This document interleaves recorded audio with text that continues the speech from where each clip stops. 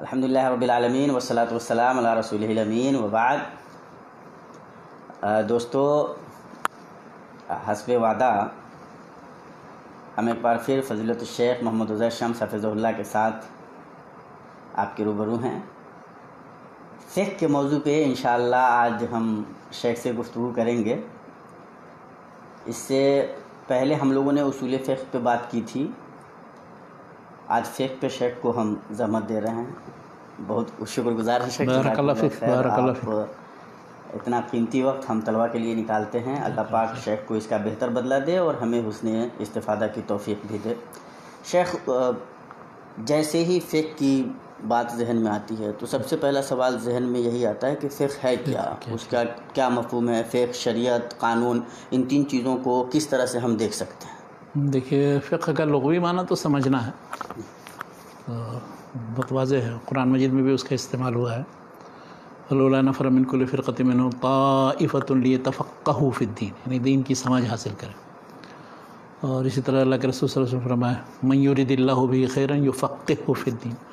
تو دین کا علم حاصل کرنا، اس کی سمجھ حاصل کرنا، دین کے جتنے شعبے ہیں ان سے واقفیت، یہ دراصل فقہ ہے، یعنی فقہ کے عام معنی کے اعتبار سے۔ جی۔ اور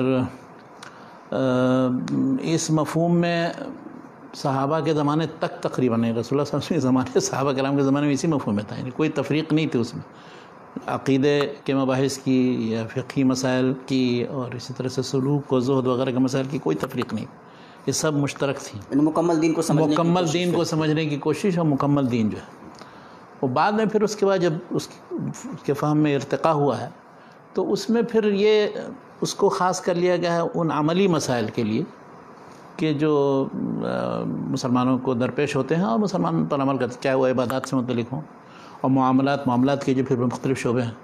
اب وہ کچھ جیسے خاندانی مسائل یا فیملی سے متعلق جو پرسنل لا ہیں، نکاح، طلاق، وراثت، وقف، ہبہ، اس طرح کے مسائل، یا اسی طرح سے تیسرا شعبہ یعنی ایک عبادات کا سلسلہ ہوا، دوسرا پرسنل لا کا، تیسرا ہے کہ ایگریمنٹ، عقود جتنے ہیں بیع و شراء وغیرہ کے اور کرایہ پر دینا وغیرہ وغیرہ، اور چوتھا مالیاتی مسائل جو ہیں، ملکیت کے تعلق سے جو چیزیں، تو اس سے متعلق جتنے مسائل ہیں، مالیاتی مسائل، بینکنگ وغیرہ، یہ سب چیزیں اس میں آئیں گی۔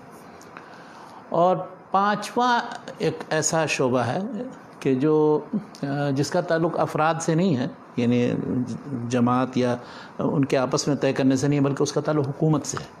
بغیر حکومت کے ان مسائل پر عمل کرنا اور ان سے متعلق تنفیذ کرنا ممکن نہیں۔ تو اب جیسے جنایات اور حدود وغیرہ کا مسئلہ ہے تو اب یہ اس کا تعلق قضاء، عدالت سے ہے، یا اسی طرح سے جہاد کا مسئلہ ہے، تو جہاد بھی اسلامی حکومت کے تابع ہے، اسٹیٹ سے تعلق ہے اس کا۔ اچھا، اسی طرح سے حدود کی تنفیذ میں نے بتایا، اور بین الاقوامی تعلقات ہیں، تو اب وہ ایک ملک کا دوسرے ملک سے کیا ہو، کیسے ہو۔ اب پھر جب اسلامی حکومت ہو یا اسلامک اسٹیٹ ہو تو اس میں پھر غیر مسلموں کے حقوق کیا ہوں گے، نہیں ہوں گے، تو اس طرح کے جتنے مسائل ہیں عملی تو جن کا تعلق فقہ الدولہ اس کو کہہ سکتے ہیں، یعنی حکومت کے سے متعلق جو مسائل، چاہے عدالت کا تعلق، اگرچہ عدالت آزاد ہے لیکن بہرحال عدالت اسی وقت قائم ہوگی جب کوئی حکومت ہوگی، بغیر حکومت کو تو عدالت نہیں قائم ہوگی۔ تو عدالت کا مسئلہ ہے، یا اس طرح سے جیسے قانون سازی۔ اب قانون سازی کے حساب سے آپ دیکھیں تو اسلام میں تو قانون یا شریعت، جو آپ نے فرق پوچھا ہے کہ فقہ اور شریعت اور قانون میں کیا فرق ہے، تو قانون سازی کا وہ تصور اسلام میں نہیں ہے جو غیر مسلموں کے یہاں ہے۔ وہ یہ کہتے ہیں کہ ہم جس طرح کا قانون چاہے معاشرے کے ٹھیک کر رکھنے کے لیے یا اس میں امن و امان قائم کرنے کے لیے ہم بنا لیں، چاہے جس شعبے میں بھی، تو وہ آزادی نہیں ہے اسلام میں۔ اسلام میں جتنے قوانین ہیں تو اس میں دو طرح کی چیزیں ہیں، ایک تو جن کا تعلق عبادات سے ہے تو وہ تو بالکل توقیفی ہیں، وہ اللہ تعالیٰ نے جو جیسے بتا دیا، ٹھیک ہے، ویسے جیسے نماز ہے، روزہ، حج، زکوٰۃ، اس میں کوئی مطلب اس میں اور کوئی آپ ایسے اجتہاد کر کے اس میں کوئی اضافہ کمی نہیں کر سکتے۔ کیا بات ہے۔ دوسرے ایسے ہیں جو معاملات ہیں، اب معاملات میں بھی اسلام نے یہ کیا ہے کہ بنیادی رہنمائی دے دی ہے، بنیادی اصول و قواعد اس کے بتا دیے ہیں، اس کے بعد اس کی تفاصیل آپ بیان کریں تو اس کی تفصیل وہی فقہاء اور محدثین اور مفسرین اور جو علماء دین ہیں وہ کرتے ہیں۔ تو ان تفاصیل کو آپ تفصیل بیان کرنے والے علماء اور اہل علم کو آپ فقہا کہہ سکتے ہیں یا قانون دان بھی کہہ سکتے ہیں اسلام میں. اصل میں شریعت، فقہ، قانون، یہ 3 الفاظ کے معنی سمجھنے چاہیے. اسلام میں شریعت ہر وہ چیز ہے کہ جو اللہ تعالیٰ نے نازل کی ہے. کیا بات، شرع یعنی وحی پر مبنی ہے وہ چیز. تو ہر چیز چاہے وہ عقیدے سے تعلق ہو، زہد و سلوک، اعمال قلوب سے تعلق ہو، عملی مسائل ہوں، عبادت کے مسائل ہوں، معاملات، تجارت وغیرہ کے مسائل ہوں، وہ سب تو جو کچھ اللہ نے نازل کیا ہے تو وہ ہے شریعت. اب اس معنی میں وہ ساری چیزیں عقیدہ وغیرہ کی سب چیزیں شامل ہو جاتی ہیں. فقہ کو پھر جب اصطلاحی طور پر خاص کر لیا گیا، ان عملی مسائل میں خاص کر لیا گیا کہ چاہے وہ عبادات ہوں یا معاملات ہوں کہ جن پر انسان ایک عمل کر، صرف اعتقاد کی بات نہیں ہے، وہ جس کا عملی زندگی سے ڈائریکٹ تعلق ہے، اور جو روزانہ کے حرکات اور اس سے تعلق ہے. اور قانون کا مفہوم جو ہے وہ مغرب میں یہ ہے یا موجودہ دور میں وہ یہ ہے کہ وہ عبادات وغیرہ سے کوئی بحث نہیں کرتا ہے، نہ عقائد سے بحث کرتا ہے، نہ اعمال قلوب یا زہد و تقوی و اخلاقیات کی تعلیم دیتا ہے. وہ بالکل الگ چیز ہے. وہ یہ کہتے ہیں کہ انسانوں کے آپس میں جو تعلقات ہوں گے اور ایک دوسرے پر جو حقوق ہوں گے ان کی ادائیگی، اور اس سلسلے میں جو منازعات پیدا ہوں گے تو اس کا تصفیہ کیسے کیا جائے. تو وہ چاہے وہ خرید و فروخت سے متعلق، قانون کے بہت سے شعبے ہیں. اس کا تعلق مالیات سے متعلق ہے، مثلا فوجداری قانون ہے، جنائی قانون، یا اس طرح سے سول جو بہت سے مسائل ہوتے ہیں ان کے متعلق قانون ہے، تجارت سے متعلق قانون ہے، سمندر سے متعلق. اب کوئی ملک ہے اس کے متصل سمندر ہے تو اس میں کتنا حصہ سمندر کا اس کا ہوگا نہیں ہوگا.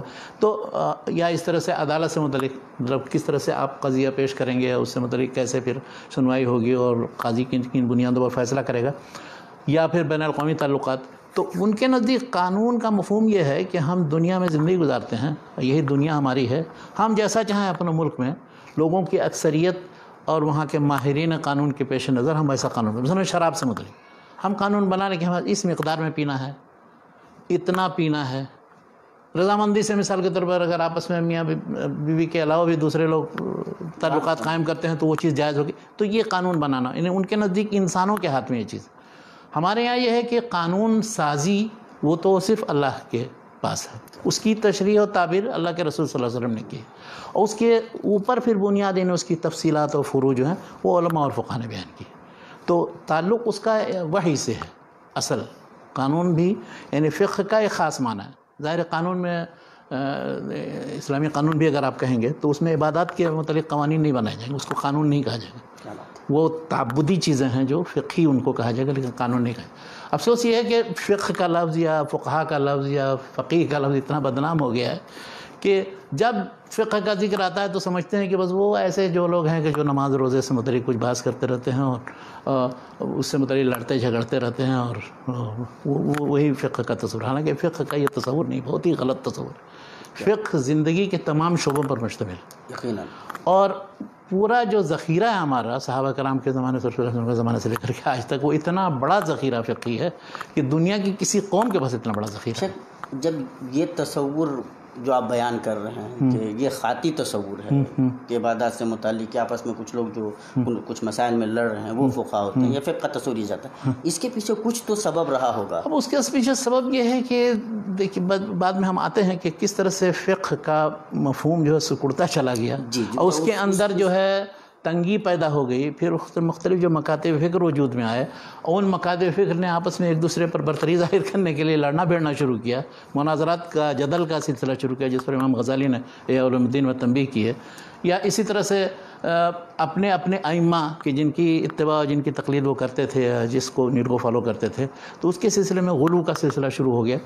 تو یہ سب اسباب بنے ہیں جن کی وجہ سے وہ فقہا ان اعمال اور واقعات اور ان چیزوں کی وجہ سے بدنام ہو گئے کہ ان کا کام صرف یہی ہوتا ہے، ان چیزوں کے سلسلے میں مسائل میں بحث کرنا اور ان چھوٹی چھوٹی چیزوں پر لڑائی قائم کرنا. حتیٰ کہ ایسا کرتے تھے بعض لوگوں سے منقول ہے 7ویں 6ٹھی صدی ہجری کی باتیں ہیں یہ، کہ وہ جب مذاہب وجود میں آ گئے ان کے اتباع میں ایک دوسرے سے خونریزی ایسے لڑ رہے ہیں جیسے ایک گروپ دوسرے گروپ سے، ایک مسلمان کافر سے لڑتا ہے. سبحان اللہ. حتیٰ کہ رمضان میں روزہ نہیں رکھتے تھے کہ ذرا تقویت ہوگی کہ آپس میں اس طرح کی سر واقعات. وہ یاقوت حموی نے 626 میں اس کی وفات ہوئی ہے، وہ بیان کرتے ہیں کہ وہ خراسان ماورا نہر کے علاقے میں شافعی اور حنفی کس طرح سے آپس میں لڑتے تھے، اور ایک دو نے 20 اس طرح کے واقعات. اور پھر تو اس وجہ سے اب ظاہر ہے عام لوگوں کے ذہن میں کیا تصور آئے گا. یا مثلا بر صغیر میں ابھی ہے مثال کے طور پر جب کوئی مسئلہ پیدا ہوا، آپ دیکھیے ٹی وی پر کتنے علماء آ کر کے کیا کیا بیان اور اوٹ پٹانگ چیزیں ہیں، گالی دیتے ہیں، برا بھلا کرتے ہیں. تو اب تصور یہ ہوتا ہے کہ اچھا یہ جو ہیں یہ علماء فقہا بس اسی طرح کے لوگ ہیں، یہ لوگ سارے ایسے ہی ہیں، سب کو اسی پر قیاس کرتے ہیں. تو چند لوگ ہوتے ہیں وہ، لیکن اس کی وجہ سے پورا وہ گروپ بدنام ہو جاتا ہے. تو یہی ہوا ہے علماء فقہا کے ساتھ. وہ ان میں بہت سے مخلصین ہیں، پرہیزگار قسم کے ہیں، ایک مسئلہ بیان کرنے کے سلسلے میں اتنے محتاط کہ فوری طور پر حکم نہیں لگاتے. بلکہ ائمہ کرام کے بارے میں اگر آپ ان کے حالات زندگی دیکھیں، محمد بن حنبل وغیرہ کبھی بھی حلال اور حرام کا لفظ نہیں کہتے تھے. وہ یعنی اکرہ ذالک یا اس طرح کا لفظ، حالانکہ وہ کراہت تحریمی ہے، لیکن وہ حلت و حرمت کا تصور ان کے نہیں تھا کہ وہ اللہ ہی حرام و حلال کر سکتا ہے اور نبی کے ذریعے ہمیں بتائے گا، نہ کہ ہم حلال و حرام کریں. کیا بات. تو اب دیکھیے کہاں اتنا احتیاط تھا صحابہ تابعین اور ائمہ کے ہاں، اور کہاں ان کے متبعین اور مقلدین کے ہاں بالکل یہ لکیر کے فقیر ہو کر کے اس طرح سے حکم لگانا، ایک دوسرے فریق کو برا بھلا کہنا اور اس کے خلاف ہر طرح کے حربے استعمال کرنا. تو اب اس کی وجہ سے ظاہر ہے یہ نیک نامی تو نہیں آپ کما سکتے، تو بدنامی آئے گی. شیخ یہ جو پورے دین کو سمجھنے کا ہاں یا سمجھنے کی کوشش کا نام فقہ تھا، پھر وہ احکام سے متعلق جو مسائل تھے اس کی طرف یہ مڑنے لگا، یہ سب کب کیسے ہوا؟ دیکھیے علوم و فنون کا جب بھی ارتقاء ہوا ہے، آپ دیکھیں گے کوئی بھی تاریخ پڑھیں مثلا، کچھ نہیں تو ابن خلدون کے مقدمے ہی دیکھ لیں، جس میں آپ حدیث اور فقہ اور تفسیر وغیرہ سے متعلق یہ سارے فنون پہلے ملے ہوئے تھے.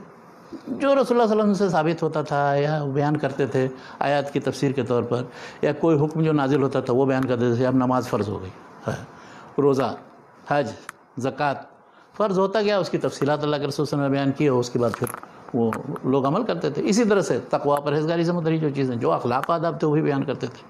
ان کی مجلسیں ہوا کرتی تھی، ہفتہ وار بھی مجلس ہوتی تھی، اور جو حاضر ہوتا تھا وہ پھر دوسرے لوگوں کو بتاتا تھا. الا فلیبلغ الشاہد الغائب. تو یہ رسول اللہ صلی اللہ علیہ وسلم کے زمانے میں اس طرح سے بتدریج شریعت کے احکام نازل ہوئے، اور اس میں سب چیزیں شامل تھیں. ٹھیک ہے. صحابہ کرام کے زمانے میں اب پھر یہ ہوا کہ اس طرح کے مسائل کے جو عملی مسائل تھے، زیادہ جو عبادات و معاملات سے متعلق تھے، ان میں فتویٰ دینے والے کچھ خاص لوگ تھے جن کی طرف عموماً لوگ رجوع کرتے تھے. اب جیسے بہت مشہور ان میں جو ہیں حضرت عمر بن خطاب رضی اللہ عنہ، حضرت علی، عبداللہ بن مسعود، زید بن ثابت، حضرت عائشہ رضی اللہ عنہ، اس طرح سے عبداللہ بن عمر، عبداللہ بن عباس. یہ 7 ہیں ایسے کہ جن کے بارے میں ابن حزم نے ایک رسالہ لکھا ہے کہ صحابہ کرام میں کون بڑے بڑے مفتی و مجتہد تھے. 3-7 کا ذکر کیا ہے، کہا کہ ہر ایک کے فتوے اگر جمع کیے جائیں تو ایک ضخیم جلد تیار ہو سکتی ہے. اس کے بعد پھر اور دوسرے مفتیوں کا نام، یہ نہیں کہ اور ان کے علاوہ نہیں تھے، بہت دوسرے. تو جو علماء یا صحابہ کرام میں ایسے تھے کہ جن کی طرف رجوع کر کے لوگ مسئلے مسائل پوچھتے تھے، اور عام طور پہ اجتہادی مسائل ہی پوچھتے تھے، اس لیے کہ عقائد کے سلسلے میں تو کوئی اختلاف تھا نہیں. عقائد تو بنیادی 6 چیزوں پر ایمان لانا اور اس پر عقیدہ رکھنے کا نام تھا، تو اس میں کوئی اختلاف کی بات نہیں. تقویٰ پرہیزگاری سے متعلق تو اب وہ جا کر یہ نہیں پوچھتا تھا کہ میں یہ کروں گا تو میں مطلب ہے کہ تقویٰ پرہیزگاری میری باقی رہے گی یا نہیں باقی رہے گی، یا اس کا تعلق ہر انسان کے اپنے سے. استفتی نفسک وَإِنْ أَفْتَاكَ وَأَفْتُونَا، یعنی اپنے آپ سے پوچھو کہ وہ جو تم کام کر رہے ہو وہ غلط ہے کہ نہیں. تم چوری چھپے کر رہے ہو، دھوکہ دینے کے لیے کر رہے ہو، جھوٹ بول رہے ہو، تو اب اس میں تو فتویٰ پوچھنے کی ضرورت نہیں ہے کہ حضرت میں یہ بات میں نے ایسے کی ہے تو وہ جھوٹ ہے کہ نہیں، یہ تو کوئی پوچھے گا نہیں. تو اس لیے مسائل جو عملی مسائل ہیں وہ وہی تقریباً ایسے تھے کہ جو اجتہادی ہیں، اور جس سلسلے میں بلکہ علماء کے اختلافات بھی ہیں، صحابہ کرام کے اختلاف، کسی نے کوئی رائے دی، کسی نے کوئی رائے دی. لیکن صحابہ کرام کے زمانے میں یہ ہوتا تھا کہ جب اختلاف رائے پیدا ہوتا تھا تو آپس میں مل کر کے اور پوچھتے تھے کہ اللہ کے رسول صلی اللہ علیہ وسلم نے اس سلسلے میں کیا کہا ہے نہیں کہا، تو وہ پھر اس کو حل کر لیتے تھے. پھر وہ چھوڑ اللہ کہ کسی کو نہیں معلوم ہے تو پھر وہ اسی پر پچھلے اس پر قائم رہتا تھا. اس طرح کی بہت سی مثالیں موجود ہیں، یہاں تفصیل میں ہمیں جانے کی ضرورت ہے. صحابہ کرام کے زمانے میں جو بات تھی بالکل وہی بات تھی تقریباً تابعین کے زمانے میں. بڑے بڑے بعض فقہا تھے اور ہر علاقے میں تھے. مدینے میں الگ تھے، مدینے میں 7 فقیہ بہت مشہور ہیں جن کو نظم کیا ہے. فخذهم عبید اللہ بن عبداللہ بن عروہ بن زبیر، فخذهم عبید اللہ، عروہ قاسم محمد بن ابی بکر، سعید بن المسیب، ابو بکر، سلیمان خارجہ. یہ 7 فقہائے صحابہ فقہائے تابعین کہے جاتے ہیں مدینہ میں. اس طرح سے کوفہ میں بھی تھے، اس طرح سے اور بصرہ میں بھی تھے. حسن بصری تھے، ابن سیرین تھے، اور بعض اور مکہ میں مثال کے طور پر عطا ابن ابی رباح بہت مشہور تھے. تو یعنی ہر علاقے میں تابعین کے زمانے میں تابعین اور صحابہ کے درمیان میں تقریباً مطلب ویسے ہی صورتحال تھی، بس اس میں فرق کیا ہوا کہ تابعین کے زمانے میں ایک رجحان مزید پیدا یہ ہوا کہ کچھ تابعین نے رائے کا سہارا لے کر کے، قیاس کا سہارا لے کر کے بہت سے مسئلے مسائل زیادہ بیان کرنا شروع کیا. جیسے ابراہیم نخعی کی مثال موجود ہے. ابراہیم نخعی کے بہت سے مسائل ایسے ہیں کہ انہوں نے اجتہاد سے، قیاس سے کہے ہیں. اچھا، اس کے مقابلے میں دوسرا جو مکتب فکر تھا مدینہ ہے یا حجاز میں، مکہ کے اندر، تو اس میں لوگوں کو حدیثیں جو معروف و معلوم تھی تو ان کو اتنا زیادہ اجتہادی قیاس کی ضرورت نہیں پڑتی تھی. وہ دیکھتے تھے، وہ ان کے پاس مدینہ کا عمل چلا آ رہا تھا، یا کہ رسول اللہ صلی اللہ علیہ وسلم کے زمانے سے لے کر کے جو جس طرح ہوتا رہا. کوفہ اور دوسرے دور کے علاقے تھے، ان تک حدیثیں اتنی زیادہ نہیں تھیں متداول معروف کہ جتنا حجاز کے اندر اور مرکز قلب اسلام میں تھی. تو ان کے ہاں یہ جب اجتہاد اور رائے اور قیاس کا زیادہ استعمال ہوا تو ان کو پھر اہل الرائے کہنا شروع کر دیا. یعنی وہیں سے مطلب گروپ. ہاں، ابن خلدون نے لکھا ہے کہ فانقسم الفقہ فیہم الی طریقتین، طریقت اہل الحدیث و طریقت اہل الرائے. یعنی وہ لوگ جو پہلے احادیث و آثار جمع کر کے اس کے بعد حکم بتاتے ہیں، اور دوسرے وہ لوگ جو علماء و فقہا کی طرف رجوع کر کے ان کے اقوال سے پھر اصول و قواعد مستنبط کرتے ہیں، ان کے مطابق مسئلے کو حل کرتے ہیں. یعنی ان کے پہلی اور ابتدائی کوشش یہ نہیں ہوتی ہے کہ اس سلسلے میں کیا حدیثیں ہیں اور کیا آثار وارد ہیں، اور ان کی تحقیق کر کے چھان بین کر کے دیکھیں. اچھا، یہ جیسے ابن خلدون نے لکھا ویسے اس زمانے میں ہر دور میں لوگوں نے لکھا ہے اس کو. آخر میں شاہ ولی اللہ کی کتاب حجت البالغہ دیکھ لیجئے، باب الفرق بین اہل الحدیث واہل الرائے. انہوں نے اس میں صاف کہا ہے کہ اہل الرائے کا مطلب یہ نہیں کہ وہ حدیث نہیں جانتے، کہ حدیث سے استدلال نہیں کرنا چاہتے، کہ حدیث ان کے نزدیک حجت نہیں، یہ نہیں. کیا بات ہے. ہاں، اسی طرح سے اہل الحدیث کہنے کا مطلب یہ نہیں کہ وہ قیاس کو نہیں مانتے ہیں، کہ قیاس کی طرف رجوع نہیں کرتے. قیاس مانتے ہیں، قیاس کی ضرورت ہے، ان قیاس کو ظاہریہ کی طرف سے وہ قیاس کا انکار نہیں کرتے، لیکن یہ ہے کہ وہ لوگ قیاس کا سہارا اس وقت لیتے ہیں جب پورا ذخیرہ چھان مارنے کے بعد ان کو اس موضوع سے متعلق حدیث اور اثر نہیں ملتی. کیا بات ہے. ورنہ پھر ان میں سے وہ سب جمع پہلے کرتے ہیں، پھر اس کے بعد پھر تحقیق کرتے ہیں، چھان بین کرتے ہیں صحیح کیا ہے ضعیف کیا ہے. تو بہرحال یہ دو مکتب فکر وہ تابعین کے زمانے سے پیدا ہوئے. ابراہیم نخعی، اچھا، اس کا تسلسل اس طرح ہے کہ ابراہیم نخعی کے بعد پھر ان کے شاگرد تھے حماد بن ابی سلیمان. حماد بن ابی سلیمان امام ابو حنیفہ رحمۃ اللہ علیہ کے استاد تھے. تو اس طرح سے یہ جو ابراہیم نخعی، اسی لیے شاہ ولی اللہ نے بلکہ یہ کہا ہے کہ آپ مختلف کتابوں سے، مصنف ابن ابی شیبہ سے اور دوسری کتابوں سے جو آثار کی ہیں، ابراہیم نخعی کے سارے اقوال اور ان کے اجتہادی چیزیں نقل کیجیے، اور امام حنیفہ کے سارے اجتہادات نقل کیجیے، وہ تقریباً متفق ہیں اسی. اچھا، یعنی ہاں، یعنی وہ انہی کے اوپر مخرج ہیں ان کے مسائل. امام نخعی رحمۃ اللہ علیہ کے اوپر مخرج ہے امام امام نخعی اور امام ان کے شاگرد جو حماد بن ابی سلیمان. اس لیے کہ حماد بن ابی سلیمان ہی کے سمجھیے کہ گدی نشین ہوئے ہیں امام ابو حنیفہ رحمۃ اللہ علیہ. کیا بات ہے. تو انہوں نے پھر اپنے طریقے سے فقہی مسائل بنانا. اب ان کے نزدیک، یعنی اہل الرائے کے نزدیک یہ تھا، دو تین باتیں تھیں جو اہل الحدیث کے یہاں نہیں تھی. ایک تو یہ تھی کہ جب تک کوئی مسئلہ پیش نہیں آ جاتا تھا تو اہل الحدیث نہیں حکم لگاتے تھے. بات نہیں، کوئی پوچھنے کے لیے آتا تھا کسی تابعی یا صحابی سے تو کہتے یہ آ گیا ہے، تو کہا نہیں، تو کہا جب پیش آ جائے گا تب آنا، تو اس وقت بتانے والے بتا دیں گے.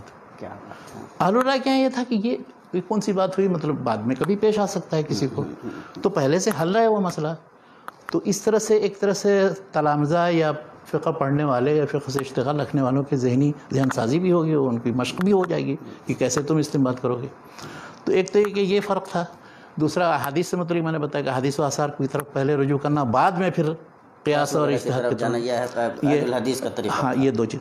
تیسری چیز یہ ہوئی اس میں اہل الرائے کے یہاں یہ کہ ان کے یہاں یعنی بعض مسائل کے سلسلے میں اگرچہ اختلاف ان کے درمیان بھی ہے، لیکن وہ بحیثیت مجموعی ایک طرح سے ایک ایسے فکر کے نمائندے بن گئے جو بمقابلے اہل الحدیث کے جن کا تعلق سے روایت اور استناد سے تھا وہ نہیں رہ گیا. یعنی ہر شخص نے کوئی اجتہادی چیز کہی اور وہ پھر ایک اصل بن گئی. اچھا، اسی لیے پھر آپس میں اختلاف ہونے کے باوجود بھی پھر اس کے بعد اس کو جمع کر کے وہ مثلاً امام حنیفہ رحمۃ اللہ علیہ، ابو یوسف اور محمد، ان تینوں کے درمیان بہت سے مسائل میں اختلاف، بلکہ یہ صاحبین کبھی مختلف ہوتے ہیں، کبھی شیخان مختلف ہوتے ہیں، لیکن وہ ان سب کے باوجود بھی ان کی کتابیں ابھی موجود ہیں. ہم انشاءاللہ ابھی آتے ہیں کہ ان دونوں کی کتابوں کا منہج کیا ہے، تو اس سے بالکل اور بات واضح ہو جائے گی.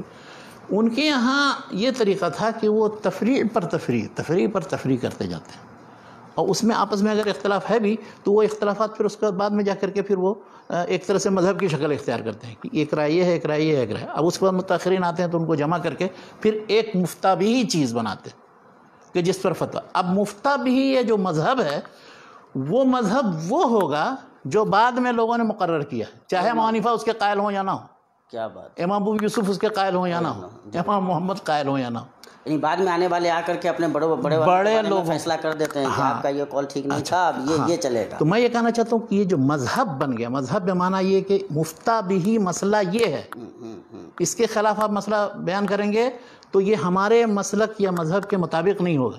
اس کے برخلاف اہل الحدیث کے ہاں ایک مذہب نہیں باقی رہا، ہر شخص نے جو رائے دی وہ ہمیشہ نقل کر دیے جاتے رہے۔ ان کے ہاں وہ تقلید یا بالکل تتبع کا سلسلہ نہیں ہے، رائے بحیثیت رائے کرے، ہر ایک کی رائے الگ الگ، ہر ایک کی رائے کی قیمت ہے، بس اس کی دلیل کیا ہے یہ دیکھتے ہیں۔ ان کے ہاں یہ نہیں، ان کے ہاں یہ کہ جس نے جو رائے دی اس کے بعد پھر اب آپس میں اختلاف ہو گیا۔ تو اہل الرائے و اہل الحدیث کے درمیان جو بنیادی 2-3 فرق ہیں، ان میں تیسرا فرق یہی ہے کہ وہ پھر اس کے بعد اس پریشانی میں مبتلا ہو جاتے ہیں کہ مفتہ بہی مذہب کیا ہوگا۔ ہمارے یہاں اہل الحدیث میں یہ نہیں ہوتا ہے کہ مفتہ بہی مذہب کوئی چیز ہو، کہ اہل الحدیث کا اس لیے کہ فقہی فروعی مسائل ہیں، ہر شخص نے جو آج تک دیکھے جتنے اہل الحدیث کی کتابیں ہیں یا مسائل ہیں یا فتاویٰ کی کتابیں ہیں، ان میں ایک ایک مسئلے سے میں 2-2 3-3 رائے ہوتی ہے، اور جس کو دلیل کے مطابق جو سمجھ میں آئے اس پر عمل کرے، اور آج تک فتویٰ بھی دے رہے ہیں لوگ، ان کے یہاں منع ہو جاتا ہے۔ اچھا گریٹ۔ تو اب اس سے اندازہ آپ لگائیے کہ اہل الرائے کی جو فقہ ہوگی وہ پھر تنگ ہو جائے گی، محدود ہو جائے گی، اور اہل الحدیث کے فقہ کے اندر توسع ہوگا۔ اسی لیے اہل الحدیث اور اہل الرائے کے درمیان آپ ایک چیز یہ بھی فرق محسوس کر سکتے ہیں، چوتھا فرق، کہ اہل الرائے جو ہیں وہ اپنی ہی فقہ اور اپنے ہی ائمہ اور اپنے ہی ان کے قواعد اور ان کے مسائل اور ان کی تخریج میں لگے رہتے ہیں، وہ دوسری طرف نہیں رخ کریں گے کہ دوسرے کے ہاں بھی کچھ ہے اچھی چیز کی نہیں ہے۔ اہل الحدیث کے یہاں یہ چیز ہے ہی نہیں، جو چیز جس سے مربی ہے سب کو دیکھتے ہیں، سب کو پرکھنے کی کوشش کرتے ہیں، سب سے استفادہ کرنے کی کوشش کرتے ہیں۔ یہ نظریاتی طور پہ تو یہ چیز اچھی لگ رہی ہے، عملاً بھی ایسا ہوا ہے، عملاً ہمیشہ ہوتا رہا ہے، آج تک یہی ہے۔ اب آپ بڑے بڑے جیسے علماء اہل حدیث میں متأخرین میں دیکھ لیجیے، جو اتنا زیادہ اختلاف حنفی اہل حدیث کا ہو گیا، حالانکہ یہ اختلاف بہت محمود چیز نہیں ہے، بالکل۔ تو ان میں بڑے بڑے علماء جیسے مثال کے طور پر سید نذیر حسین محدث دہلوی، ان سے بڑا کون اہل حدیث عالم ہوگا جو ان کے سارے شاگرد و شاگردوں کے شاگرد چلے آ رہے ہیں۔ وہ فقہ حنفی کے اتنے بڑے ماہر تھے کہ اس زمانے میں، ان کے زمانے میں ان سے بڑا ماہر کوئی نہیں تھا فقہ حنفی۔ مولانا قطب الدین دہلوی حنفی، جنہوں نے مشکات کی شرح بھی لکھی ہے، مظاہر حق کے نام سے ترجمہ کیا فارسی اردو میں، جب کوئی مسئلے کی ضرورت ہوتی تو انہی کے پاس آتے تھے۔ بڑے بڑے، اور مولانا عبدالحی لکھنوی، جب کوئی مسئلہ ہوتا تھا اس طرح کا محتم بشان تو پھر ان کے پاس سے گزارا جاتا تھا کہ آپ بھی ذرا دیکھیں۔ ایک واقعہ بیان کیا جاتا ہے کہ ایک مرتبہ گئے، وہ بہادر شاہ ظفر نے بلایا تو قطب الدین صاحب کی شکایت کر دی کسی نے، مولانا قطب الدین دہلوی صاحب کی، یہ ان کے دوست تھے، تو کہہ دیا کہ وہ کوا سے متعلق وہ مجھے بدنام کر دیا کہ میں نے حلال کہا ہے، اور اب وہ مجھ سے دلیل مانگ رہے ہیں، کیا کریں؟ انہوں نے کہا کہ لیا وہ فتویٰ قاضی خان اور فتویٰ یہ جو ہے عالمگیری، اس میں سے سب سے نکال کے دکھا دیا۔ تو یہ ساری کتب فتاویٰ یا معتمد کتابیں جتنی تھیں احناف کی، وہ سب ان کے نزدیک وہ ایسی تھی جیسے قرآن مجید اور حدیث کی کتاب ہے، ہر مسئلہ کہاں کس جگہ کیا لکھا ہوا۔ تو فقہ سے جو اہل الحدیث کے یہاں نفرت کا رجحان پیدا ہوا ہے، یہ مجھے سمجھ میں نہیں آتا ہے، عجیب غریب بات پیدا ہو گئی ہے۔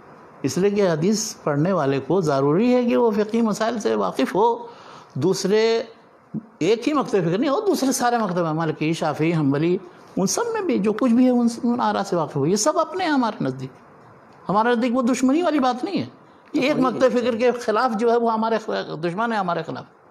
ہمارے ہاں یہ توسع ہے کہ ہم ہر ایک سے استفادہ کے قائل ہیں، اسی لیے نصاب کے اندر، یہ جو موجودہ مدارس کے اندر بہت سے لوگوں نے، اب جیسے میری رائے یہ ہے کہ جس ملک میں جو فقہ رائج ہو وہ فقہ آپ کو پڑھنی چاہیے۔ بالکل۔ کسی ملک میں مثلا مالکی فقہ ہے تو وہ پڑھنا چاہیے، آپ کوئی کہ نہیں ہم مالکی فقہ نہیں پڑھیں گے، وہ غلط طریقہ ہے۔ اہل الحدیث کی فقہ یہ ہے کہ وہ سرے سے شروع کرتے ہیں، صرف حدیث کی کتاب پڑھتے رہے، تو یہ غلط رجحان ہے۔ آپ وہاں کے لوگوں کے درمیان جو متداول فقہ ہے اس کو آپ کیسے نہیں پڑھیں گے؟ ان کے اصول و قواعد سے کیسے آپ واقف نہیں ہوں گے؟ مثال کے طور پر یمن کے اندر زیدی فقہ ہے، امام شوکانی اس زمانے میں تھے، زیدی فقہ پڑھی، اس کی کتاب کی شرح بھی انہوں نے لکھی، سنت کے مطابق. پھر اس کے بعد پھر تحقیق کی بھی کیا. اچھا زیدیوں کے یہ ہے کہ تھوڑا اجتہاد کی دعوت بھی ہے ان کے یہاں. احناف کے یہاں بھی وہاں یعنی ہمارے یہاں اہل الحدیث نے شروع میں ہمیشہ سے فقہ حنفی کی چیز ہم لوگوں نے خود پڑھی ہے. جامع سلفیہ میں پڑھی ہے, مختصر قدری پڑھی, پھر شرح وقایہ پڑھی, پھر ہدایہ پڑھی, اس کے بعد پھر فقہ مقارنہ پڑھتے ہیں, پھر فقہ سنہ پڑھتے ہیں. نہیں وہ تو شیخ ٹھیک ہے. میرے کہنے کا مطلب یہ تھا کہ اب جیسے فقہ میں کہتے ہیں جمہور کا قول یہ ہے اور امام حنیفہ رحمۃ اللہ علیہ یہ کہتے ہیں, تو یہ کیسے ہوا؟ وہ کیسے آپ لوگوں نے چھانٹ دیا؟ جمہور اور غیر جمہور کی بات ہے. جمہور کا مفہوم یہ ہوتا ہے کہ اکثریت اس مسئلے میں, اس فقہی مسئلہ میں فلاں رائے کی طرف گئی, فلاں ایک امام یا چند امام جو ہے وہ اس کے خلاف ہے. اچھا یہ چیز تو پہلے سے ہے. امام ترمذی کی سنن پڑھیے, ہر مسئلے میں وہ بھائی قال فلان و فلان و فلان, اور جس نے اس کی مخالفت کی ہوتی ہے. اصل میں ہمارے یہاں تصور کیا ہو گیا ہے کہ بس وہ فقہ حنفی ہی صرف مقابل میں ہمارے اہل حدیث کے مقابلے میں. اہل حدیث سے سمجھتے کہ یہ وہابی جو ہیں اہل حدیث بس یہ ہمارے مقابلے میں, بس ایک دوسرے لڑتے رہتے ہیں. حنفی حضرات کے مقابلے میں یہ ہے, ان کو لگتا ہے وہ ہیں. مذاہب بہت سے ہیں. یہ 4 مذہب اس لیے باقی رہ گئے کہ ان کے شاگردوں کے شاگرد, ان کے مدارس, ان کے مفتی, قاضی وغیرہ, ان کی بڑی تعداد چونکہ پھیلی ہے, اس مذہب کو انہوں نے پھیلایا, رواج دینے کی کوشش کی, حکومت کی پشت بنائی بھی رہی, اس وجہ سے یہ 4 مذہب باقی رہ گئے.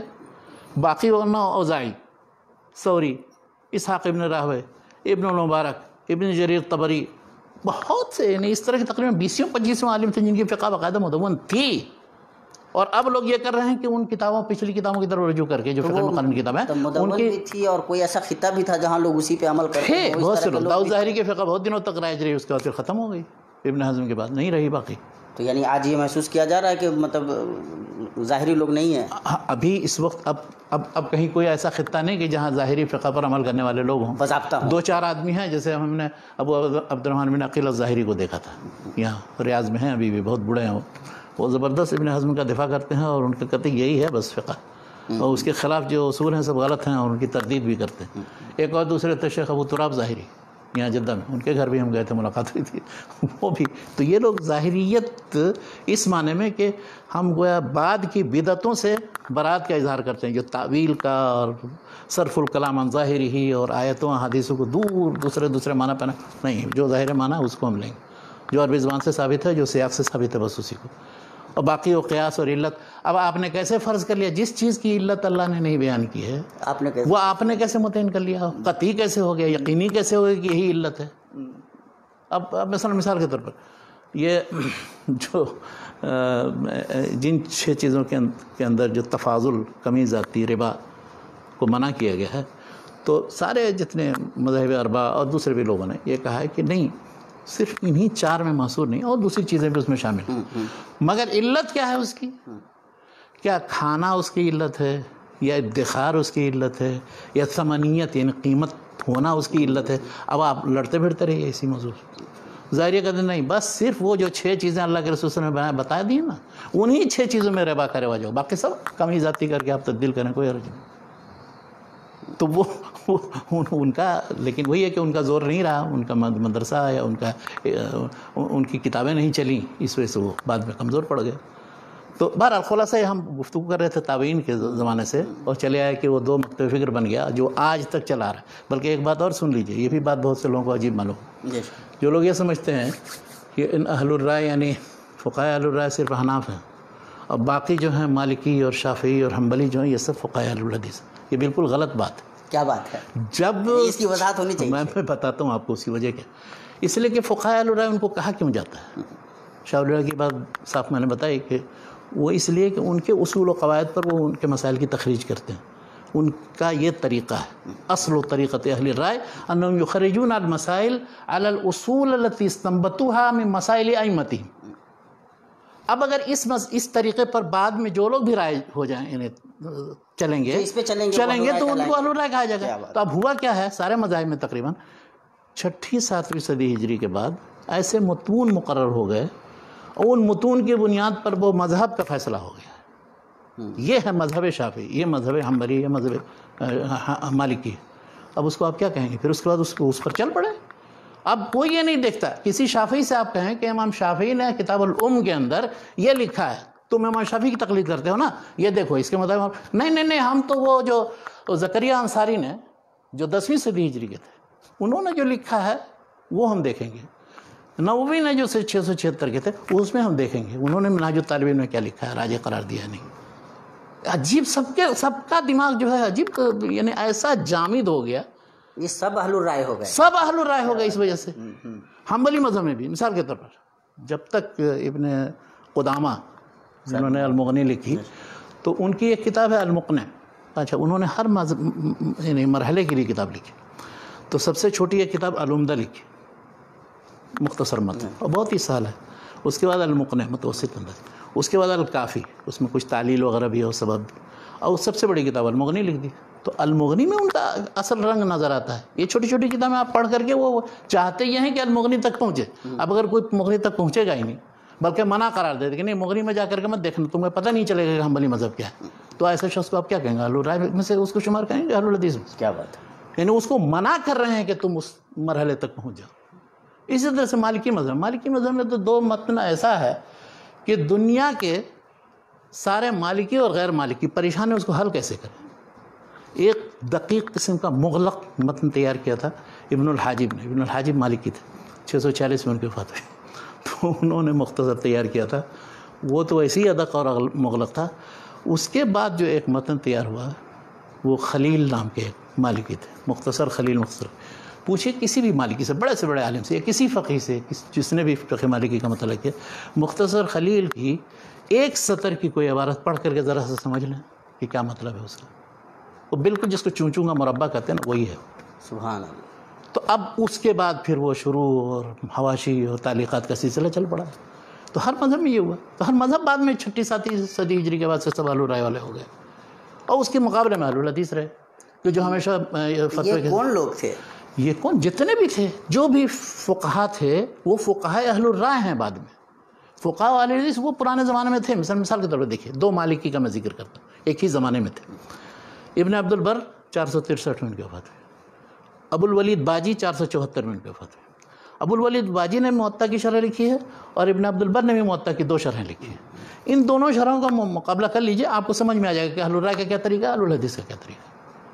اس لیے کہ وہ ابن عبد البر کے یہاں یہ ہے کہ جو مسئلہ اس میں مذکور ہے، چاہے وہ فقہاء صحابہ تابعین سے منقول ہو یا امام مالک سے منقول ہو، اس کا وہ جائزہ لیتے ہیں، اس کے دلائل کا جائزہ لیتے ہیں، سارے اختلافات کا ذکر کرتے ہیں، ان کے ادلہ کا ذکر کرتے ہیں، مناقشہ کرتے ہیں، اور پھر ترجیح بھی بیان کر دیتے ہیں. کبھی کبھی ہم مالک کے منہج کے خلاف بھی ہوتا ہے. اس کے مقابلے میں ابو الولید باجی کا منہج یہ ہے کہ وہ لاتے ہیں امام مالک کا قول لاتے ہیں، پھر اس کے بعد پھر امام مالک کے اس قول کی کسی نے اور تفصیل بیان کی ہے وہ لاتے ہیں. اس کے بعد پھر ان مسائل پر جو منقول ہیں امام مالک سے، ان سے کچھ ایسے قواعد مستنبط کرتے ہیں کہ ان پر پھر مزید تخریج کرتے ہیں مسائل کی. تو اب وہ مسائل سے بھری ہوئی کتاب، وہ فقہ کی وہ کتاب ہے موطا کی شرح. اس میں ہم ابن عبد البر رحمۃ اللہ علیہ کو اہل الحدیث کے منہج. اچھا آپ دیکھیے مثلا متاخرین میں احناف میں ایک مثال دیتا ہوں، دو مثال دیتا ہوں. ایک ابن ابی العز الحنفی تھے، 792 میں ان کی وفات. انہوں نے بھی ہدایہ کی شرح لکھی ہے اور دوسرے لوگوں نے بھی ہدایہ کی شرح لکھی ہے، جیسے بہت مشہور ابن الحمام ہے، فتح القدیر ہے، اور دوسری. تو ابن الحمام اور دوسرے شراح کا طریقہ دوسرا ہے. وہ کوشش یہ کرتے ہیں کہ جو متن میں ہے اس کی تائید کس طرح سے ہو اور اس کی تصحیح کیسے ہو اور کیا ہو، اس سے خروج یا اس کی تردید کرنے کا ذہن میں نہیں ان کے آتا ہے، اور نہ یہ کہ اس کو کتاب و سنت کی روشنی میں پرکھنے کا کہ یہ مسئلہ ثابت ہے کہ نہیں ثابت ہے. اس کے مقابلے میں یہ التنبیہ علی مشکلات الہدایہ میں وہ سارے مسائل کے جو ہدایہ کے اندر ہیں ان پر تنقید اور اس کو پھر احادیث کی روشنی میں جانچنے اور اس کو پھر راجع مرجوع قرار دینا اس کی بنیاد پر، یہ ان کا طریقہ تھا. اب ان کا طریقہ یہ ذرا ہے اہل الحدیث کا طریقہ ہے، اور وہ ابن الحمام کا اہل الرائے کا طریقہ ہے. متاخرین میں آپ لے لیجیے مولانا عبدالحی لکھنوی حنفی ہیں، 1304 میں وفات ہوئی ان کی. انہوں نے شرح الوقایہ جو ہے بہت مشہور کتاب ان کی، اس کی ایک شرح لکھی ہے السعایہ کے نام سے. تو السعایہ میں انہوں نے یہ کیا ہے کہ شرح وقایہ کے سارے مسائل کی تحقیق کی ہے انہوں نے، اور قرآن دلائل کی روشنی میں، حدیث و آثار کی روشنی میں کون راجع کون مرجوع ہے. اس میں کبھی یہ پرواہ نہیں کی انہوں نے کہ وہ حنفی مذہب کے مطابق ہی ہونا. اس طرح شاہ ولی اللہ نے، میں نے بتایا تھا آپ کو، موطا کی شرح لکھی ہے مصفہ فارسی میں، سارے مسائل کی تحقیق کی ہے. 80% 85% مسائل میں انہوں نے حنفی مذہب کی مخالفت کی. تو یہ اہل الحدیث کا منہج یہ ہے کہ ان کے ہاں ہر چیز وہ نقل کرتے ہیں، پھر مقارنہ موازنہ کرتے ہیں، دلائل کی روشنی میں دیکھتے ہیں کہ کیا پھر اس کے بعد قابل قبول ہے یا قابل ترجیح ہے وہ، لیکن دوسرے کے خلاف لاٹھی لے کر کے بھی نہیں بالکل تیار رہتے ہیں کہ ان کو اب کیسے ڈنڈا رسید کریں گے۔ یہ جو غلط طریقہ ہے، یہ طریقہ نہیں۔ اجتہادی مسائل میں کوئی بدعتی اور خارج عن الاسلام اور اس کو دوزخی کرنے کی بات کوئی نہیں، نہ صحابہ کرام کے زمانے میں، نہ تابعین، نہ تبع تابعین، نہ آج تک ہونا چاہیے۔ کیا بات ہے۔ یہ تشدد کسی کے اندر آئے گا تو ویسی داعشی تشدد کی طرح سے ہو جائے گا، دوسرے لوگوں کو سب کو کافر قرار دیتے اور خارجی قرار دیتے۔ کیا بات ہے۔ فقہی مسائل کے سلسلے میں توسع اصل ہے کہ جس کے نزدیک جو دلیل ہے راجح، اس کے مطابق وہ عمل کرے اور نیک نیتی کے ساتھ۔ اب اگر کسی دلیل کو وہ چھپاتا ہے، کسی حدیث کو وہ جان بوجھ کر کے ضعیف قرار دیتا ہے، کسی اپنے مطلب کی جو حدیث ہے اس کو وہ صحیح قرار دیتا ہے، پتہ ہے اسے کہ وہ موضوع ہے، تو پھر اس کا حساب اللہ تعالیٰ لے گا، ہمیں نہیں حساب لینے کی ضرورت ہے۔ ہم مہذب انداز میں ہم بس تنبیہ بات کر ختم، سکتے ہیں، چیزیں اور بیان کچھ کر نہیں۔ یہ سب سکتے ہیں۔ چیزیں اس کے اوپر کتنا عدالت سزا دیتی ہے، نہ آدمیوں کو پیچھے پڑنا چاہیے۔ کیا بات ہے، یہ عدالت کا مسئلہ بھی نہیں۔ عدالت کا مسئلہ بھی نہیں، عدالت کو تو مذہبی مسائل میں دخل اندازی نہیں کرنی، اس لیے کہ عدالتیں آزاد تھیں۔ وہ ماشاءاللہ مطلب پورے دور میں، سارے انحطاط کا دور ہو چاہے قوت کا دور ہو، دونوں میں علماء و فقہا کو مکمل آزادی دی تھی۔ آپ کو جو مسلک جس طرح سے جیسے مدون کرنا ہے، اس کو پڑھانا ہے، پھیلانا ہے، کچھ کبھی بھی نہیں دخل اندازی کرتی تھی۔ کیا بات ہے، نہ پوری کوئی اس پر آزادی کوئی ماشاءاللہ رہی۔ بالکل پوری آزادی تھی۔ تو شیخ یہ جو دو بنیادی مطلب ٹرینڈ سمجھ میں آتے ہیں، ان دونوں بنیادی ٹرینڈ کے بنیادی ماخذ کیا ہیں؟ بنیادی ماخذ اب فقہ اہل حدیث کے ماخذ آپ دیکھیں گے تو بنیادی طور پر تو وہ کتابیں ہیں جو مدون ہیں، حدیث کی کتابیں، صحیحین ہیں، سنن اربعہ ہیں، اور جو مثلا ابن خزیمہ، ان کے ترجمۃ الباب کو پڑھی، بخاری کے ترجمۃ الباب کو پڑھی، اسی طرح سے ابن حبان نے تو پوری کتاب ہی اصول فقہ کی بنیاد پر رکھی، التقاسیم والانواع کے نام سے، بعد میں لوگوں نے انہوں نے ابواب پر مرتب کر دیا۔ تو اس میں جو لمبا وہ باب باندھتے ہیں اور مسائل مستنبط کرتے ہیں، یہ اہل الحدیث کا طریقہ ہے۔ حدیث لاؤ، اثر لاؤ، اس سے استنباط کرو اور لوگوں کو اس پر وہ طریقہ نہیں ہے۔ دوسرا طریقہ میں بتاؤں گا آپ کو اہل الرائے کا کیا طریقہ ہے، اور اہل الرائے کی جو بنیادی کتاب، تو ایک تو یہ بنیادی حدیث کی کتاب ہے، دوسری جیسے آثار کی کتاب ہے جس میں سارے صحابہ تابعین کے آثار مرفوع حدیثوں کے ساتھ ساتھ منقول ہیں۔ اب جیسے مصنف عبدالرزاق، مصنف ابن ابی شیبہ، کیا یہ کون سی اہل الرائے کی کتاب ہے یہ؟ کیا بات، تو عبدالرزاق 211 میں وفات ہوئی، یمنی تھے۔ مصنف ابن ابی شیبہ 235 میں وفات ہوئی۔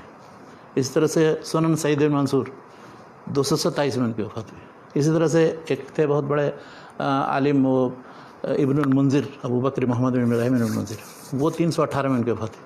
تو ان کی 2-3 کتابیں ہیں، ایک الاوسط ہے فی السنن والاجماع والاختلاف، دوسری الاقناع ہے، اور تیسری الاشراف۔ سب کتابیں چھپ گئی ہیں، اچھے بعض کتابیں مکمل نہیں چھپی۔ بہرحال تو ان لوگوں نے یہ کیا ہے کہ پوری امانت داری کے ساتھ جو رائے تھی جس کی وہ نقل کر دیے بیان۔ اچھا، اسی میں امام بحقی کی بھی ایک کتاب معرفت السنن والآثار، انہوں نے بھی سارے آثار تقریباً جمع کر دیے۔ تو یہ سب مرجع ہیں اہل الحدیث کے، ان میں ان سارے آراء اور وہ ان کو دیکھتے ہیں، اور اس میں جس نے جو ترجیح دی ہے اگر وہ دلیل کے مطابق ہے تو اس کو مانتے ہیں، اور اگر بعد میں کسی کو سمجھ میں آتا ہے کہ نہیں یہ دلیل کے مطابق نہیں ہے، دوسری کوئی چیز ہے، تو اس کے خلاف پھر وہ دوسری دلیل لا کر کے اس سے ترجیح۔ یعنی اہل حدیث میں ہمیشہ ذہن کھلا رہا، ہمیشہ ترجیح کا، ہمیشہ مقارنہ موازنہ کرنے کا، ہمیشہ مسئلے کو نصوص پر پیش کرنے کا، جیسے کہ شاہ ولی اللہ نے دعوت دی ہے۔ وصیت نامے میں اپنے یہی کہا ہے کہ ہمیشہ مسائل فقہیہ کو کتاب و سنت پر پیش کرتے رہو، اس سے کوئی چارہ کار نہیں ہے، کیا بات ہے، اس سے ہٹ کر کے کوئی دوسرا راستہ نہیں۔ تو یہ ہے اہل الحدیث کا طریقہ۔ تو میں نے بتایا کہ حدیث کی کتابیں، پھر وہ آثار کی کتابیں۔ اچھا، تیسری ایسی جو بعض فقہ مقارن کی کتابیں، اختلاف العلماء کی جو کتابیں ہیں، جیسے المغنی ہے، المجموع نووی کی ہے، یہ کیا مذہبی؟ یہ مذہبی نہیں ہے، یہ سب تو وہ اس میں سارے علماء صحابہ تابعین سے لے کر کے اپنے زمانے تک کے علماء اور ان کے آثار اور ائمہ کے آثار نقل کیے، اور ان کے پھر دلائل و مناقشے ہوتے ہیں۔ تو فقہ مقارن کی جتنی کتابیں ہیں وہ سب۔ بعد میں پھر یہ ہوا کہ خاص فقہ السنہ کی کتابیں موجودہ دور میں بہت سے لوگوں نے لکھا، مثلا ایک متن تیار کیا تھا شوکانی نے درر البہیہ کے نام سے، اس کی شرح انہوں نے جو لکھی ہے الدراری المضیہ، وہ اتنی مشہور نہیں ہوئی، لیکن اس کی شرح جو نواب صدیق حسن خان نے روضۃ الندیہ لکھی، وہ مشہور و معروف ہو گئی مشہور۔ انہوں نے یہ کیا کہ ایک متن مختصر ہے، اس کی شرح کر دی جائے اس انداز میں کہ وہ اچھا۔ اس کے علاوہ موجودہ دور میں کئی کتابیں لکھی گئی ہیں، علامہ البانی نے الثمر المستطاب فی فقہ سنت والکتاب، اس طرح سے ایک کتاب، اور اللباب فی فقہ سنت والکتاب، مصر میں اور اردن میں اور ادھر بہت سی کتابیں لکھی گئی۔ اور ڈاکٹر لقمان صرفی صاحب نے بھی آخر میں ایک کتاب لکھی تھی فقہ الحدیث کے نام سے، وہ تین جلدوں میں ماشاء اللہ وہ۔ تو اب موجودہ دور میں جب ان لوگوں نے اصل میں یہ کہنا شروع کیا فقہاء اہل الرائے نے، سارے فقہاء اہل الرائے نے، حنفی شافعی مالکی حنبلی نے، کہ تمہاری بھی تو کوئی فقہ ہونی چاہیے، تو اس کے نتیجے میں ان لوگوں نے یہ فقہ کی تھا، حالانکہ نتیجہ میں مرتب نہیں کرنا چاہیے تھا۔ میری اپنی رائے یہ ہے کہ ایک الگ فقہ نہیں ہوتی، اس لیے کہ ایک الگ فقہ جب بھی آپ کوئی اجتہادی مسائل کسی شخص کے آپ جمع کریں گے تو وہ اس شخص کے اجتہادی مسائل، ان اہل الحدیث میں اس شخص کے اجتہادی مسائل، دوسرا کوئی اس کے خلاف کر سکتا ہے، تیسرا اس کے خلاف کر سکتا ہے، چوتھا اس کے خلاف کر سکتا ہے۔ جی اپنی چونکہ اصولی طور پہ ہی ہم اسی راستے پہ چل رہے ہیں۔ ہاں، کیا بات، اس لیے لیکن اب چونکہ ضرورت محسوس ہوئی کہ نہیں، ان کو وہ ہمیشہ پوچھتے رہتے ہیں کہ تمہاری فقہ کی کون سی کتاب ہے، تمہاری فقہ کی کون سی کتاب ہے، تمہاری فقہ، تو یہ دیکھیے یہ اب جب دیا تو وہ تو پھر اس ایک مخصوص شخص کی فقہ ہو گئی نہیں، تو پھر اس کے اور دوسرے فقہ کے درمیان فرق کیا رہا؟ وہ بھی تو ایک امام کو لے کر کے چلتے ہیں، اور ایک چیز کو جس کو مذہب بنا لیا ہے، چاہے وہ امام کے خلاف ہو یا موافق ہو، الگ بات۔ تو یہ صورتحال پیدا ہوئی۔ تو اہل الحدیث نے یہ کتابیں اس طرح سے مدون کی الگ الگ، اور پھر ان کا جو بہت بڑا کارنامہ یہ ہے کہ اصل جیسے سید ثنا ندوی نے لکھا ہے تراجمان الحدیثین کے مقدمے، انہوں نے سارے مسائل کی تحقیق کرنا شروع کی۔ اصل میں اس سے زیادہ پریشانی لائق ہوئی، بے چینی ہوئی بر صغیر میں، اہل الرائے کو پریشانی اس سے لائق ہوئی کہ ان ایک ایک مسئلے کی جو تحقیق کر کے اب وہ جو بھانڈا پھوٹ جاتا ہے اس میں، اس سلسلے میں دلیل ہے کہ نہیں ہے، حدیثیں کیسی ہیں، آثار کیسی ہیں، اور اس کے بعد پھر عوام کو بتا دیتے ہیں۔ اچھا، ایک اس سلسلے میں میری اپنی ایک رائے ہے جو ممکن ہے بعض اہل حدیثوں کو نہ پسند ہو۔ اصل میں یہ مسائل جو ہیں دراصل یہ علماء کے درمیان بحث و مناقشہ اور گفتگو کے، اس لیے ان موضوعات پر کتابیں بھی عربی میں لکھنی چاہیے، اردو میں نہیں لکھنا چاہیے۔ اردو میں لکھ کر کے پھر گروہ بندی ہو جاتی ہے، اور وہ جاہل گروپ ایک اور دوسرے مکتب فکر کا جاہل گروپ، وہ دونوں آپس میں لڑتے ہیں، تو یہ بہت ہی خراب صورتحال ہے۔ لیکن افسوس کہ یہ ہو گئی برصغیر میں، دنیا میں کہیں کسی ملک میں ایسا نہیں۔ آپ نے سعودی عرب کے اندر محسوس کیا ایسا؟ نہیں، آپ موراکو چلے جائیے، کسی اور دوسرے ملک میں چلے جائیے، اہل علم کے درمیان جو چیزیں بحث کرنے کی ہیں، گفتگو کرنے کی، وہ اہل علم کے درمیان رہنی چاہیے۔ ان کو عوامی مسئلہ بنا کر کے سیاسی مسئلے کی طرف سے کوئی ایجنڈا نہیں ہے کہ اس کی بنیاد پہ دونوں لڑیں اور آپس میں سر پھٹول کرتے رہیں، یہ بیوقوفی کی بات ہے۔ مطلب یہ اجتہادی چیزیں ہیں، ان میں زیادہ سے زیادہ ترجیح کی بات ہے، دلائل کی بنیاد پر، نیک نیتی کی بنیاد پر ہونا چاہیے، بس، اور کچھ نہیں۔ تو مگر یہ تمام طبقات کو یہ باتیں سمجھنی بھی چاہیے، یہی مگر ضرورت بھی ہے، اور جو حالات ہیں ان میں تو اور بھی زیادہ اس کی ضرورت ہے۔ تو ایک تو یہ، اچھا اب یہ تو میں نے اہل الحدیث کی میں نے بتایا کہ آپ کو حدیث کی کتاب ہے۔ اچھا، جب یہ حدیث کی کتابیں کہی جاتی ہے تو وہ حدیث کی کتابیں کیا؟ حدیث کی کتابیں تو ہماری، حالانکہ وہی جب اہل الرائے جب وہ دیکھتے ہیں کہ اس میں سب حدیثیں پڑھ کر کے لوگ خامخواہ اپنا مسلک ہمارا بدل لیتے ہیں، سب اہل الحدیث ہو جاتے ہیں، کچھ ہو جاتے ہیں، تو ان کو اس بات کا احساس ہوا یہ حدیث کی کتابیں تو بڑی خطرناک ہیں۔ یا سبحان اللہ، پڑھتے ہیں تو سب حنفی ہو جاتے ہیں، حنفی نہیں رہ جاتے ہیں باقی، اب ان کو کیسے حنفی مذہب پر تو اس کا خیال جو ہے وہ ایک بہت پرانے اہل حدیث عالم 1322 میں ان کا حنفی عالم تھے، احمد علی شوق نیموی، محمد علی شوق نیموی، وہ بہاری کے تھے، جی ماشاء اللہ صاحب بڑے بڑے علماء، ملا محب اللہ بھی بہاری کے تھے، ادیب بھی تھے بہت ماشاء اللہ جی۔ تو انہوں نے باقاعدہ ایک کتاب کا اعلان شائع کیا کہ ان کتابوں کو پڑھ کر کے، خاص طور پر مشکات المصابیح بھی پڑھ کر کے، یہ سب شافعی علماء کی لکھی ہوئی، وہ سب کو شافعی سمجھتے ہیں، شافعی علماء کی کتابیں پڑھ کے تو اب مذہب سے توبہ نہیں کریں گے، چھوڑیں گے نہیں تو کیا کریں گے؟ پڑھتے ہیں اور دیکھتے ہیں اللہ کے رسول صلی اللہ علیہ وسلم کی حدیث اور ہمارے مسئلہ کے خلاف ہے۔ اس لیے بہت شدید ضرورت ہے اس بات کی کہ حدیث کی ایک ایسی کتاب منتخب حدیثیں جمع کی جائیں کہ جس میں اپنے مسائل سے مطلب یہ دلائل جمع کیے جائیں اور دکھایا جائے کہ وہ حدیثیں صحیح ہیں، اور ان کے مقابل میں جو دوسری حدیثیں ہیں وہ ضعیف ہیں۔ تو اس پر انہوں نے کتاب باقاعدہ آثار السنن کے نام سے لکھی، عبادات کا حصہ انہوں نے تیار، جس پر تنقید کی ہے مولانا عبدالرحمن مبارک پوری نے ابکار المنن فی نقد آثار السنن۔ اچھا، اسی پر بس نہیں، یعنی یہ آثار السنن کو آپ سمجھ لیجیے کہ بلوغ المرام کے مقابلے میں کتاب تھی۔ اب مشکات المصابیح بھی تو پڑھی جاتی ہے، تو اس کے مقابلے میں ایک صاحب آئے تو انہوں نے زجاجۃ المصابیح کے نام سے، مشکات المصابیح کے مقابلے میں ایک سید عبداللہ حیدرآبادی تھے، تو انہوں نے لکھا ہے، لیکن افسوس کہ ان کی کتاب رائج نہیں ہوئی، چھپی 1-2 مرتبہ۔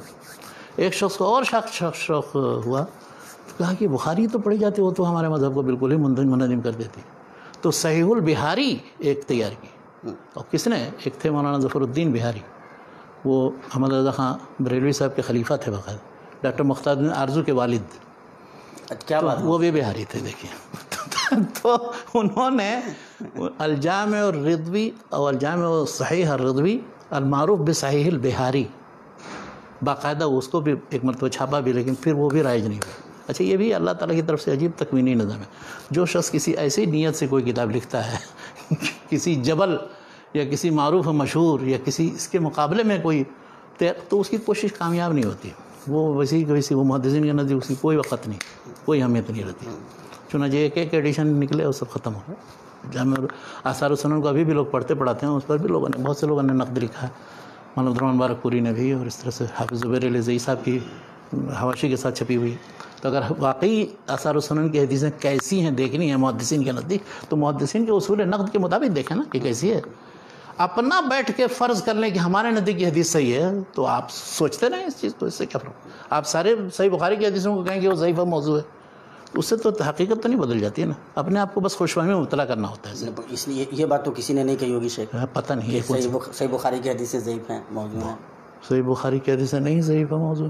ایک شخص تھے، وہ بھی بہار کے تھے، پٹنہ کے تھے، عمر کریم پٹنوی. تو اس نے کتاب لکھی الجرح علی البخاری. آپ کیا بات کرتے ہیں کہ نہیں؟ تو وہ مسلکی بنیاد پہ ہی، وہ بھی مسلکی اسلکی نہیں، کچھ نہیں. وہ اتنا زبان دراز تھا کہ ایسا. اس سے پہلے مولانا احمد علی سہارنپوری کا میں نے ذکر کیا تھا، مولانا عبدالحی لکھنوی وغیرہ کا، دوسرے بڑے بڑے علماء تھے. انہوں نے کبھی بھی صحیح بخاری سے متعلق لفظ کشائی نہیں کی تھی. لیکن یہ عمر کریم پٹنوی نے ایک کتاب ہی لکھی الجرح علی البخاری کے نام سے، جس کا جواب پھر اس کے بعد مولانا ابو القاسم سے بنارسی میں کئی کتابوں نے دیا، جو دفاع صحیح بخاری کے نام سے بھی چھپا ہوا. تو اب اس نے تو بڑی دریدہ دہنی کا ثبوت دیا ہے، اور بہت ہی عجیب چیزیں اس میں. یہ کیا دعویٰ کر لیا گیا کہ حدیث صحیح کی، بہت سی اس میں موضوع حدیث ہیں ایسے ہی اس نے لکھا. تو آپ کہہ رہے ہیں کہ نہیں کہا گیا، اور ابھی اس موجودہ دور تک آپ دیکھ لیجیے. نہیں، عمر کریم پٹنوی کی جو بنیاد ہے، میرے کہنے کا مطلب تھا کہ وہ یہی فقہی بنیاد ہے، فقہ الحدیث اور فقہ الرائے. بہرحال ان کو اس بات کی تکلیف بہت ہے کہ یہ صحیح بخاری سے ہمارا مذہب بہت کنڈم ہوتا ہے، یا اس پر بہت برا اثر. مسلکی بنیاد ہے، کیسے نہیں بنی. وہ اس زمانے میں پرچے بھی جو نکلتے تھے، اہل الفقیہ، اہل الفقہ، یا اور بھی دوسرے کئی پرچے نکلتے تھے، ان سب میں یہ اسی طرح کے مباحث لکھے جاتے تھے اور شائع کیے جاتے تھے. تو ہاں، آخری کتاب جو اس سلسلے میں لکھی گئی، جو حدیث کی کتابوں کے مقابلے میں حدیث کی کتابیں لکھنی اس سلسلے، تو وہ سب سے بڑی کتاب ابھی اعلاء السنن کے نام سے. اچھا، اعلاء السنن کے بارے میں اس کا مقدمہ پڑھی ہے، وہ یہاں عرب ممالک میں بھی چھپ گئی. مولانا اشرف علی تھانوی نے لکھوائی تھی، مولانا ظفر احمد تھانوی صاحب سے. اور اس سے پہلے ایک صاحب کو اور کہا تھا، وہ محمد حسن سنبھلی کون تھے، تو انہوں نے کچھ حصہ لکھا، لیکن اس کو جب دیکھا، وہ ممکن ہے انہوں نے پورے طور پر وہ اپنے مسئلہ کی تائید یا حدیث سے مطلب وہ گفتگو اس انداز میں نہیں کی جس انداز میں مطلوب تھی. چنانچہ اس کو نہیں شائع کروایا. بعد میں پھر ظفر احمد تھانوی صاحب کو کہا، تو انہوں نے پھر وہ کتاب تیار کی، اور پھر سارے اجزاء جو ہیں جتنے مدون کیے، اور وہ چھپے. اچھا، اس کتاب کا بھی حال کیا ہے؟ مولانا ارشاد اللہ قاصری صاحب کی ایک چھوٹی سی کتاب ہے، اعلاء السنن فی المیزان، اردو میں لکھا تھا، عربی میں بھی اس کا ترجمہ ہو گیا. اچھا، اس کو آپ پڑھ کے دیکھ لیجیے کن اصولوں کی پابندی اس میں کی گئی، اور جو اصول یہاں پر ملحوظ رکھے ہیں وہاں پر کیوں توڑ دیے. تو اصل اگر مقصد یہ ہو، جیسا کہ مولانا انور شاہ کشمیری کی عبارت یا بات جو میں نے نقل کی تھی پہلے، کہ مولانا مفتی محمد شفیع صاحب نے ان سے ایک مرتبہ جب دیکھا تو پوچھا تو کیا بات ہے، تو کہا، انہوں نے کہا کہ عمر ضائع کر دی. تو ان کو تو سمجھ میں آ گئی تھی، اس لیے کہ پوری زندگی جو ہے فقہ اپنے امام، اپنے مذہب اور اپنے اس کی تائید میں گزاری انہوں نے. حقیقت میں جو حدیث پڑھنے پڑھانے کا معنی ہے وہ انہوں نے نہیں اپنی نظر میں گویا یہ وقت ضائع کیا، برباد کیا، پوری زندگی برباد کیا، یہ انہوں نے کہا. احتساب کی ہاں، تو ان کو تو احساس ہو گیا، لیکن دوسروں کو ابھی بھی احساس نہیں.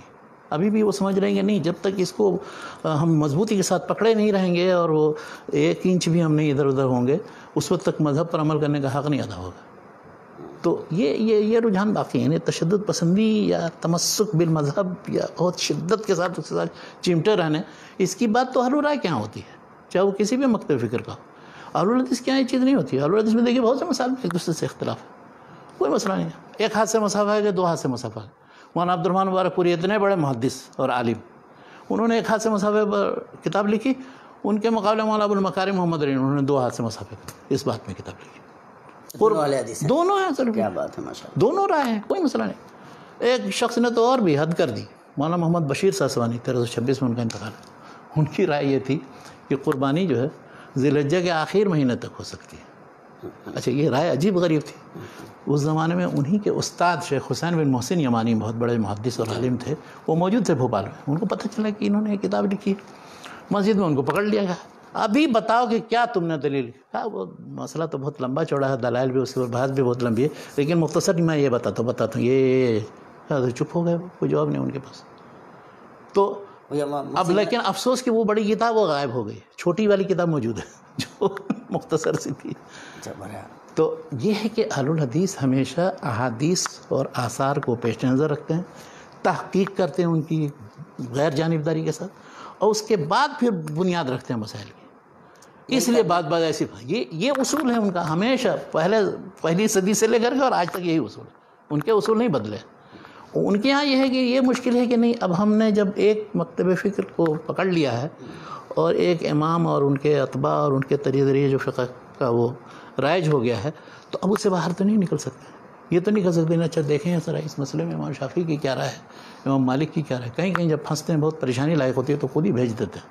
طلاق کے مسئلے میں طلاق ثلاثہ سے جاؤ کسی اہل حدیث کے پاس، اس سے پوچھ لو مسئلہ. تو یہ تو پھر نہیں، ان کے یہاں بھی یہ ہے کہ جب اس طرح کی صورتحال ہو تو جو دوسرے فقہ کے مسائل ہیں ان سے بھی اب جیسے مفقود الخبر بھی دیا جا سکتا ہے. مفقود الخبر کوئی شوہر ہو جائے، کوئی بیوی اس کا شوہر غائب ہو گیا، اب پتہ ہی نہیں کہاں ہے، تو حنفی مذہب میں 80 سال انتظار کرے گی. سبحان اللہ. جی سر. تو اب اس سے نکالنے کے لیے کیا کریں؟ مولانا اشرف علی تھانوی نے کتاب لکھی، الحیلۃ الناجزہ للحلیلۃ العاجزہ. تو اب اس کے لیے کہا کہ اس مسئلے میں امام مالک کے مذہب پر عمل کر لو. اللہ کے بندے اگر وہی حدیث میں آپ دیکھ لیتے تو امید تو اس میں تقلید ہی ضروری ہے کرنی. آپ ہی تقلید آخر امام حنیفہ کی چھوڑی نا اس مسئلے میں. تو یہ اس مسئلے میں چھوڑ سکتے تو بہت سے مسائل میں جو دلال کی بنیاد پر کمزور ہیں اس کو بھی چھوڑ سکتے ہیں. تو کون سی پریشانی کی بات ہے اس میں؟ میرا کہنا صرف یہ ہے کہ ہر مکتب فکر کی فقہ کو پڑھیں، سمجھیں، پھر اس میں تدرج اختیار کریں گے. ایک مرحلے میں صرف مذہب پڑھیں گے، مسائل پڑھیں گے، دوسرا مسائل کو دلائل کے ساتھ پڑھیں گے، تیسرا پھر اس پر دیگر مذاہب کا بھی مطالعہ کریں گے، چوتھا پھر مذہب کو ہمیشہ پیش کرتے رہیں گے. اس لیے کہ حدیث کی اہل الحدیث کے مدارس اور اناف کے مدارس میں بنیادی فرق یہ ہے کہ کسی اہل حدیث کے مدرسے میں چلے جائیے، وہ پہلے ایک سال بلوغ المرام پڑھیں گے، پھر دوسرے سال مشکات المصابیح پڑھیں گے، تیسرے سال بھی مشکات المصابیح، اس لیے کہ آدھی پڑھتے ہیں. اس کے بعد پھر ترمذی پڑھتے ہیں، پھر ابو داؤد پڑھتے ہیں، پھر نسائی، پھر موطا، صحیح مسلم، دونوں ماشاءاللہ. ایک ایک کتاب. اب فقہ کی کتاب بھی پڑھتے رہتے ہیں، حدیث کی کتاب بھی پڑھتے رہتے ہیں، اور وہ پھر وہ مسئلے سمجھتے رہتے ہیں. احناف کے یہاں کسی بھی بڑے سے بڑے ادارے میں چلے جائے، دیوبند میں، دارالعلوم دیوبند میں یہ طریقہ ہے کہ وہ اصول فقہ اور ساری چیزیں خوب پڑھاتے رہیں گے، تو جب پختہ ہو جائیں گے تو آخری سال ایک دورہ حدیث کا سال ہوتا ہے. تو دورہ حدیث میں کیا ہے کہ وہ 6 کتابیں کتب ستہ تو یہاں ہی، اس کے ساتھ ساتھ معانی الاثار تحاوی شریف، وہ بھی اصول. تو 7 کتاب کو تیزی کے ساتھ اس کو پڑھا دیتے ہیں. لیکن اس سے پہلے چھوٹی چھوٹی کتابیں تو چھوٹی کون سی کتاب، اگر وہ آثار السنن وغیرہ ہوگی اور کیا، مشکات وغیرہ تو وہ بھی پڑھاتے ہیں. مشکات کہیں کہیں تھوڑا تھوڑا پڑھاتے ہیں، اور وہ بھی اس پر بڑی بات چلتی رہتی. بارہ کہنا یہ ہے کہ ان کے یہاں حدیث مرور کرنے کا نام ہے. اگر کہیں کسی جگہ وقوف کریں گے تو اب ایک مثال دیتا ہوں میں آپ کو، مولانا انور شاہ کشمیری کی یاد آ گئی. وہ ایک وطر کے مسئلے میں مولانا انور شاہ کشمیری صاحب یہ کہتے ہیں کہ اس مسئلے میں 20 سال تک غور کرتا رہ گیا کہ اس حدیث سے متعلق کیا اس کی ایسی توجیہ و تشریح ہو کہ وہ ہمارے مسئلے کے خلاف نہ پڑے. یہ صاف وطر کے اس مسئلے میں خلاف ہے. تو کہا کہ اب مجھے یہ توجیہ سمجھ میں آئی، لیکن میں اسے تفصیل سے یہاں بیان نہیں کر سکتا، اس لیے کہ اس کے لیے بہت لمبی بحث کی ضرورت ہے. چنانچہ وہ نہیں بیان کر سکے، اور پتہ نہیں کون سی توجیہ تھی. سبحان اللہ. تو 20 سال تک اس بات پر غور کرتے رہے کہ اس کو کیسے ہم اپنے مسلک کے مطابق بنائیں. تو یہ طریقہ فکر جو اہل الرائے کا ہے، اہل الحدیث کا طریقہ یہ نہیں. اہل الحدیث کا طریقہ امام احمد بن حنبل کی مثال موجود ہے. انہوں نے مثلاً کسی مسئلے میں فتویٰ دیا، ابھی فتویٰ دیا اور چلا گیا وہ مستفتی، دوسرا کوئی ان کا شاگرد، آپ نے ایسے کیسے فتویٰ دے دیا، آپ کے ذہن میں وہ اثر نہیں تھا ابن عمر رضی اللہ عنہ نے یہ فرمایا وہ فرمایا. کہا بولا بلایا. اس کے بعد پھر اس کو کہا کہ وہ جو میں نے تم کو بتایا تھا اس مسئلے میں ایسا نہیں ہے، ایسا. یہ امام احمد بن حنبل کا طریقہ. تو خیر بات دوسری طرف نکل گئی. میں دوسرے انداز میں گفتگو کرنا چاہتا تھا، آپ نے جو ہے پھنسا دیا اہل الحدیث اہل الرائے کی طرف، موڑ دیا. پھنسایا نہیں، انشاءاللہ بہت ساری چیزیں کھلنی بھی چاہیے اس میں. کوئی اہل الرائے کی فقہ کے ماخذ معلوم کرنا چاہیے کہ کون کون سی کتابیں ہیں اور کن پر وہ بنیاد رکھتے ہیں. وہ عام طور پر اس لیے کہ ہم نے وہ فقہ اہل الرائے پڑھی ہے، اور میں فقہ اہل الرائے کا دشمن نہیں ہوں. میں سب کو کہتا ہوں کہ ہر ایک کی فقہ پڑھے. اب کم سے کم جس ملک میں جو فقہ رائج ہے وہ ضرور پڑھے. ہم چونکہ برصغیر سے تعلق رکھتے ہیں، اس لیے ہم یہاں صرف فقہ حنفی کے بارے میں، اور مجھ سے کہے تو میں فقہ مالکی کے بارے میں، فقہ حنبلی کے بارے میں، فقہ شافعی کے بارے میں پوری تفصیلات بیان کروں گا. ان کے اصول و قواعد، ان کے مستند کتابیں، معتمد کتابیں کون سی ہیں، مفتہ بھی کون کون سی چیزیں، کن کن کتابوں کو کمزور کہا گیا ہے، نہیں کہا ہے. ان سب چیزوں سے واقفیت رکھنی چاہیے تاکہ جب کہیں کسی جگہ کسی شخص سے پالا پڑے تو آپ اس کو سمجھ سکیں اچھا یہ فلاں منہج کے مطابق فلاں چیز کا قائل ہے، آپ سمجھ جائیں گے اس کو۔ تو فقہ حنفی میں بھی جو مستند و معتمد کتابیں ہیں، دیکھیے معتمد ترین اور مستند ترین کتابیں، کاش کہ ان کی طرف لوگ رجوع کرتے، یہ بھی میں کہتا ہوں۔ کیا بات ہے، وہ ہیں کتب و ظاہر روایت جن کو کہا جاتا ہے نمبر 1 پر، وہ امام محمد بن حسن شیبانی رحمۃ اللہ علیہ جن کی وفات 189 ہجری میں ہوئی ہے، انہوں نے 6 کتابیں لکھی، وہ کتب و ظاہر روایت کہی جاتی ہیں۔ ایک ہے کتاب الاصل جو کتاب الموسوط بھی کہی جاتی ہے، تو اس کو ایک عالم تھے ابو الوفا افغانی، حیدرآباد میں چھاپنا شروع کیا تھا لیکن پوری نہیں چھاپ سکے، چند جلدیں چھاپی تھیں۔ بعد میں ایک ترکی عالم نے اس کو 12 جلدوں میں اتنے بہترین انداز میں ایڈٹ کر کے چھاپا ہے، مقدمہ لکھا ہے، اس کی فہرست بنائی ہے۔ اس کتاب کی طرف رجوع کرنا چاہیے، اور اس کتاب کی طرف اگر وہ رجوع کریں گے اور اہل حدیث بھی رجوع کریں گے تو ان کو سمجھ میں آ جائے گا کہ فقہ اہل رائے کیا چیز ہے، فقہ اہل حدیث کیا چیز ہے۔ اس لیے کہ اس میں امام ابو حنیفہ رحمۃ اللہ علیہ اور امام ابو یوسف ان کے اقوال نقل کیے ہیں اور اپنی رائے بھی دی ہے اس میں۔ اچھا دیکھیے محمد بن حسن مرتب کر رہے ہیں لیکن اپنی رائے بھی دیتے ہیں، اور دوسری چیز یہ کہ وہ ہمیشہ مسئلہ اس طرح شروع کرتے ہیں، ارائیت ان کا نہ کذا، اگر ایسا ہو تو کیا فتویٰ ہے، اگر ایسا ہو تو کیا ہے، اگر ایسا ہو تو اسی سے ارائیتا کے لفظ سے الارائیتیون محدثین نے طنزاً کہنا شروع کر دیا تھا الحدیث کہ ارائیتا کے ذریعے مسئلے بیان کرنے والے اور پوچھنے والے اور حل کرنے والے۔ وہاں آپ کو پوری کتاب میں کتنی حدیثیں آپ گن لیجیے، جو کہا جاتا ہے مسند اتنی بڑی تیار کر لی ہے امام حنیفہ رحمۃ اللہ علیہ کی، جب یوسف کی کتابوں میں، امام محمد کی کتاب میں، دوسرے جو قریب ترین تلامذہ کے تلامذہ تھے، بلکہ تلامذہ کے تلامذہ ہیں، وہ امام طحاوی ہیں شرح معانی الاثار میں، ان کو جب وہ حدیثیں نہیں ملی تھیں تو بعد میں 7ویں صدی ہجری میں خوارزمی صاحب کو کہاں سے مل گئی، اور ملی ہیں تو اس کا استناد کیا ہے؟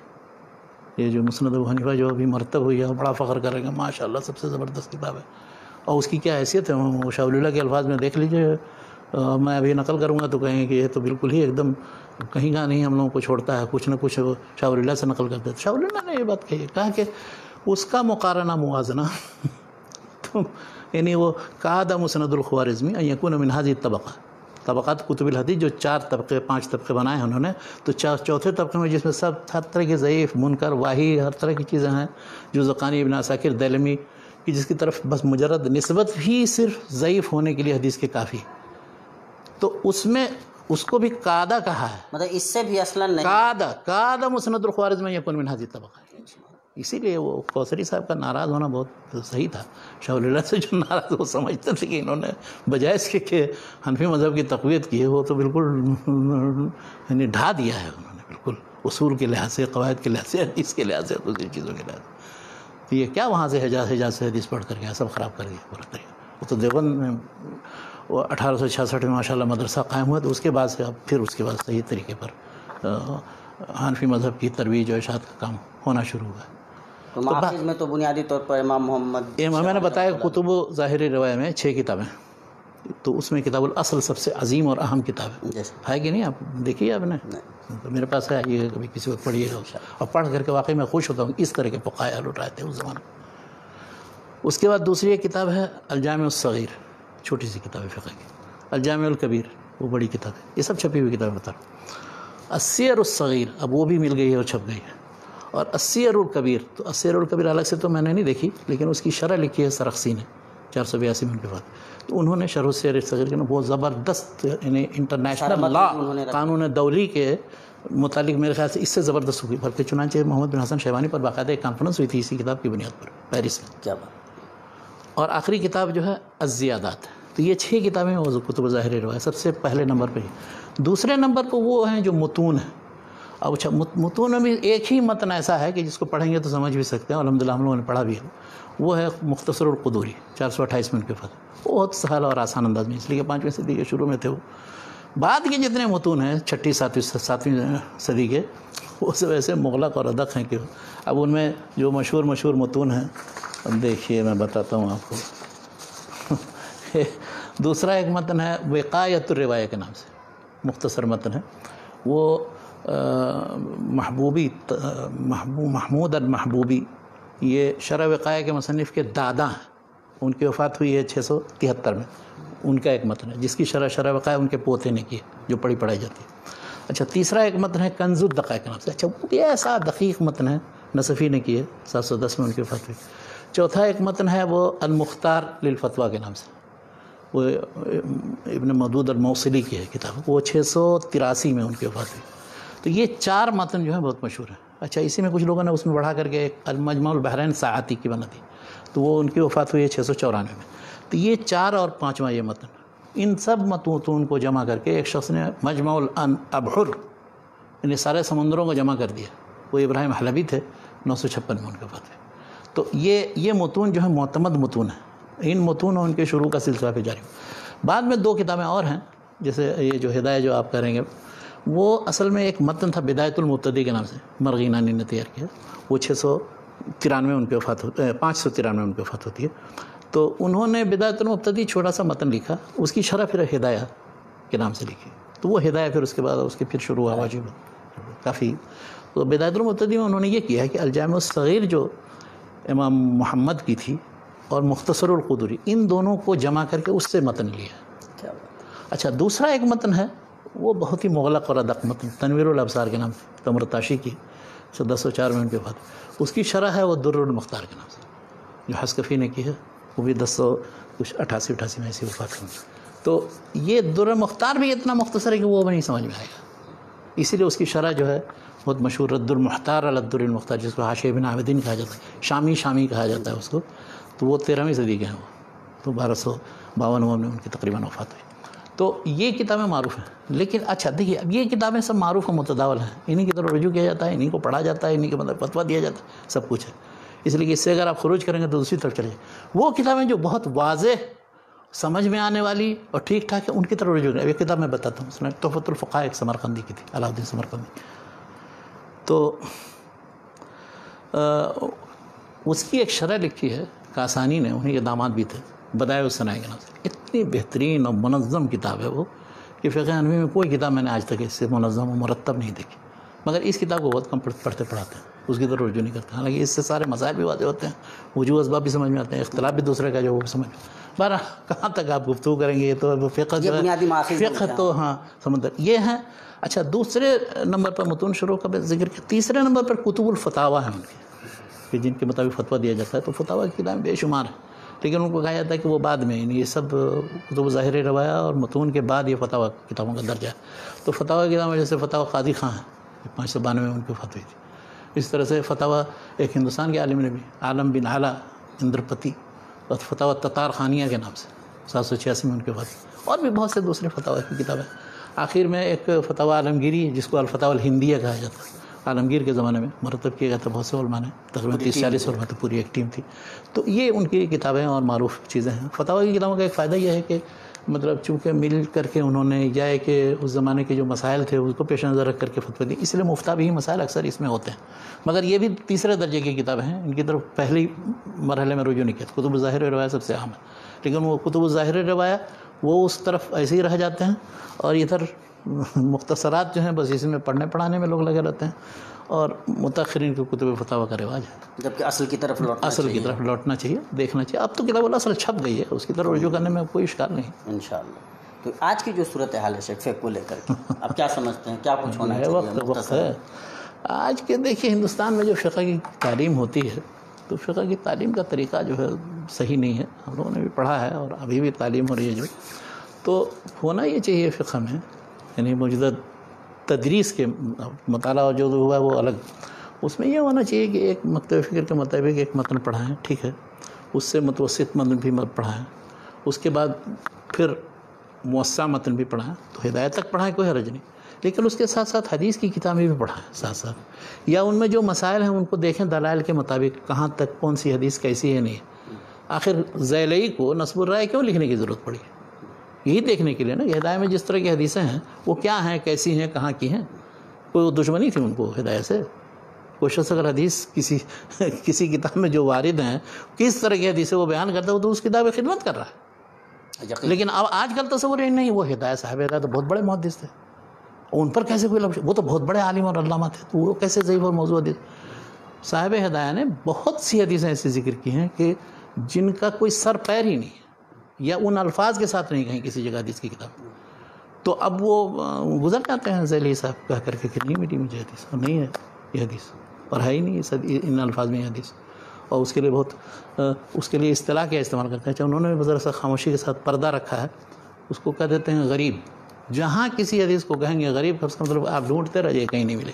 سبحان اللہ. مطلب محدثین کی جو اصطلاح ہے اس میں وہ غریب نہیں ہے، اس معنی میں نہیں. غریب کا مطلب وہ ملی ہی نہیں، آئی نہیں. کیا بات ہے. جیسے امام ابن تیمیہ کی ایک اصطلاح میں نے بتائی تھی، لوگوں کو یہاں بتاتا ہوں تو حیران رہ جاتے ہیں. وہ کہتے ہیں جب فتاوی کی کتاب میں اپنے وہ فی الاثر، تو فی الاثر کا مطلب ڈھونڈتے رہ جاتے ہیں لوگ. وہ مصنف ابن ابی شیبہ میں، مصنف عبدالرزاق میں کہاں یہ کسی صحابی و تابعی کا اثر، یہ نہیں مراد ہے.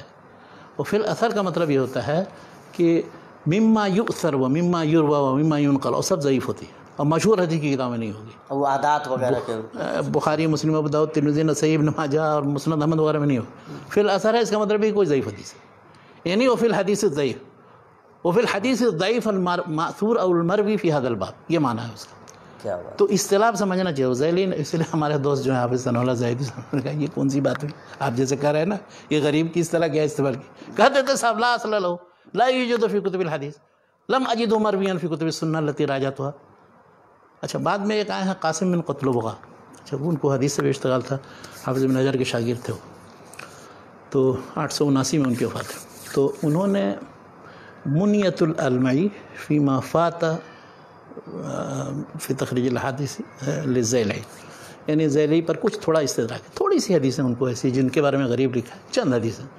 تو اب وہ تو مطلب اگر 95% حدیثیں ملی ہی نہیں ان کو، 2-4-5 حدیث مل بھی گئی تو کوئی حرج نہیں ہے. باقی حدیثیں آپ کہاں سے، کیسے آپ کہیں گے کہ ہاں ہدایت کی جتنی حدیثیں سب صحیح ہیں. تو اس لیے حدیث کی اوپر بنیاد رکھنی چاہیے، مسئلے کی دلائل کے اوپر بنیاد رکھنی چاہیے. اپنے مسلک میں ہمارے مذہب میں ہے کہ نہیں، ہمارے کسی عالم نے کہا ہے کہ نہیں کہا ہے. مولانا عبداللہ لکھنوی نے یا شاہ ولی اللہ نے کہا ہے، یا مولانا محمد حسن دیوبندی نے، یا مولانا نذیر حسین محدث دہلوی نے، نواب صدیق حسن خان نے کہا ہے کہ نہیں کہا. اگر کہہ دیا تو ضرور اس کی تائید کریں گے. یہ طریقہ نہیں ہے اہل الحدیث. طریقہ یہ ہے کہ توبہ میں یہ کہہ رہا تھا کہ فقہ کو تدرج کے ساتھ پڑھیں، حدیث کی کتاب بھی ساتھ ساتھ پڑھیں، دوسرے فقہ کی کتابیں پڑھیں، کم از کم بدایت المجتہد پڑھ لیں تو ان کو سب سمجھ میں آ جائے گا کہ وجہ اختلاف کیا ہے. اور جن مدارس میں بدایت المجتہد پڑھائی جاتی ہے جامعۃ الفلاح وغیرہ میں، اور ہم لوگوں نے بھی پڑھا جامعہ، تو ان کو یہ ہوتا ہے تھوڑا توسع پیدا، اچھا ہماری رائے یہ ہے تو دوسرے مذہب میں یہ ہے، تیسرے مذہب میں یہ ہے، اور سبب اختلاف بھی سمجھ میں آتا ہے. تو اسباب اختلاف فقہ پڑھانا چاہیے، قواعد فقہیہ پڑھانا چاہیے، اصول فقہ جو صرف اصول فقہ حنفی نہیں، اصول فقہ پورے جو علماء کے اصول ہیں وہ سمجھانے چاہیے. النظریات الفقہ، بڑے بڑے نظریات کی جن پر، اب جیسے نظریۃ العقود، نظریۃ الالتزام، نظریۃ الملکیہ، ان سب سے متعلق ان کو درست دینا چاہیے. تب ان کو سمجھ میں آئے کہ اچھا یہ فقہ بہت وسیع معنی میں ہے، یہ ان کو تھوڑے سے چند مسائل مختلف فیہا میں محدود کرنا یہ فقہ نہیں ہے. کیا بات ہے. ہمارے یہاں یہی غلطی ہوئی ہے. وہ سمجھ لیں کہ بس یہ چند مسائل ہیں جو مختلف فیہا ہیں، اور اس سلسلے میں 2 جتھا بنا لو، عوام کے ایک بھیڑ یہاں ہے، دوسری بھیڑ یہاں ہے، وہ دونوں آپس میں اس میں زبردست وہ جوش دلا کر کے لڑا رہے ہیں ایک دوسرے کو. یہ کیا طریقہ ہے؟ فقہ تو سنجیدگی کے ساتھ مطالعہ کا متقاضی ہے. اور اس طرح سے اگر ہم پڑھیں، پھر جو روشن خیال قسم کے علماء ہیں بعد میں متاخرین، چاہے کسی بھی مکتب فکر سے ہوں، اب جیسے متاخرین جیسے امام ابن تیمیہ، امام ابن قیم وغیرہ کی کتابیں اگر آپ پڑھیں گے تو سارے مسائل میں حقیقت سمجھ میں آ جائے گی. وہ جن مسائل میں ہم اتنا لڑتے پھرتے ہیں، ان کے 2-3 رسالے چھوٹے چھوٹے ہیں، انشاءاللہ کبھی حوالہ دوں گا آپ کو، کہ اس میں انہوں نے دکھا ہے کہ یہ جو مسائل مختلف یہاں ہیں یہ 2 طرح کے ہیں. ایک تو ہے کہ جس میں توسع ہے، آپ اس طرح کیجئے، اس طرح کیجئے، اس طرح کیجئے، سب ٹھیک ہے، اس لیے کہ اللہ کے رسول صلی اللہ علیہ وسلم سب وارد ہے. دوسرے ایسے ہیں کہ جس میں وہ ایک چیز صحیح وارد ہے، دوسرے میں ضعیف سند سے محدثین کے نزدیک وارد ہے. تو کوشش یہ کیجئے کہ اس کے مطابق صحیح وارد ہے اس کے مطابق. اچھا ایک اور قول میں اسی نسبت سے ذکر کر دوں. امام حنیفہ سے کسی نے پوچھا، ایک حنفی عالم تھے کوئی، ان کو بڑا اشکال تھا کہ بہت سے مسائل میں ہمیشہ ان کو یہ پریشانی لاحق ہوتی ہے، اور الحدیث ان کو ذرا سا وہ دباؤ میں بھی رکھتے ہیں کہ وہ جب میں ملتا ہوں کسی سے تو وہ کہتے ہیں کہ تمہارا مسئلہ یہ فلاں جو ہے حدیث کے خلاف ہے، حدیث کے خلاف. میں کیا کروں سمجھ میں نہیں آ رہا ہے، میں کس طرح سے اپنے مذہب کو فالو کروں، کیا کروں، بدل لوں مذہب. انہوں نے کہا دیکھو مذہب کو 3 حصے میں تقسیم کر دو.